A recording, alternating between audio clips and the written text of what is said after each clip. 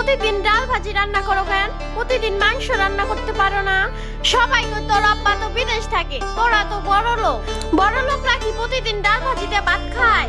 বড় লোকরা তো প্রতিদিন মাংস দিয়ে ভাত খায়। মারে, তোর বাপে যদি বড় লোকই হইতো তাইলে কি আর প্রবাসে যাইয়া ঠাডা পড়া রোদ্রের মধ্যে এত কষ্টের কাম করতো? তোর বাপের অনেক টাকা ঋণ আছে মা। শুক্রবারে মাংস রান্নুনে, তখন মন বইরা খাইস। আচ্ছা মা, আমার আব্বু কি দিয়ে ভাত খায়? জানি না রে মা, পচা বাসি পান্তা যখন যেটা পায় তখন ওইটাই খায়। অনেক কষ্ট করে তোর আব্বু, বেতন অনেক কম পায়। বেশি বেশি খাইলে তো দেশে টাকা পাঠাইতে পারবো না। এর লেগা তোর আব্বু ভালো ভালো খাইতে পারে না রে মা। মা, তুমি আমারে মাফ করে দাও, আমি আর কোনোদিনও মাংস খাইতে চাবো না। আমার আব্বু প্রবাসে পচা বাসি খাবার খায়া বাচ্চা রইছে, আর আমি প্রতিদিন মাংস দিয়ে ভাত খাইতে চাই।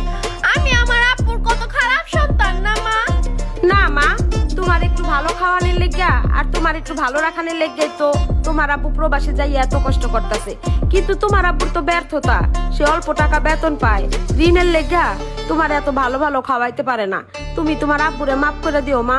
তোমার আব্বুর লেগা দোয়া করো, আল্লাহ জানি তোমার আব্বুরে বেশি বেশি টাকা দেয়, বেশি বেশি ইনকাম কইরা তাড়াতাড়ি ঋণ পরিশোধ কইরা তোমার লেগে অনেক টাকা পয়সা নিয়ে দেশে ফিরে আসতে পারে।